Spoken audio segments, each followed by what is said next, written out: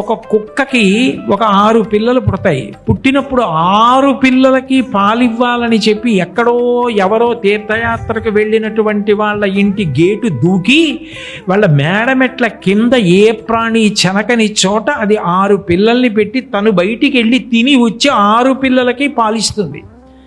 ఒక పంది తన పిల్లల్ని పోషించుకుంటుంది. కోడి బలహీనమైన ప్రాణి తన పిల్లల్ని కొక్కొక్కొక్కొక్కొక్క అంటూ చుట్టూ తిప్పుకుంటూ తిరుగుతూ పైన గ్రద్ద కనపడేటప్పటికీ పిల్లల్ని రెక్కల కింద పెట్టేసుకొని కంఠం ఎత్తి ముందు నా కంఠం దునుమాడి తర్వాత నా పిల్లల్ని తినమంటుంది. ఎవడయా ఈ ప్రేమ పెట్టినవాడు? ఎవడు ఈ పిల్లలందరికీ పోషించే శక్తి తల్లి ప్రాణికి ఇచ్చినవాడు ఎవరు?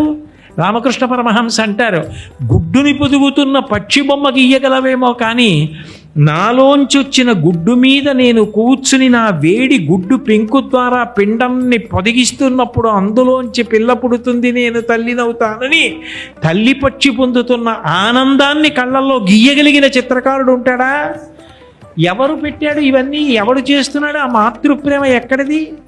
ఆ తల్లికి అంత ప్రేమ ఎక్కడి నుంచి వచ్చింది? ఎందుకు కాపాడుకుంటోంది? అంత రక్షణ ఎలా వస్తోంది? అసలు బిడ్డ పుట్టక ముందే దాని పోషణ ఎవరు ఏర్పాటు చేస్తున్నాడు? ఎవరివన్నీ చేస్తున్నాడు?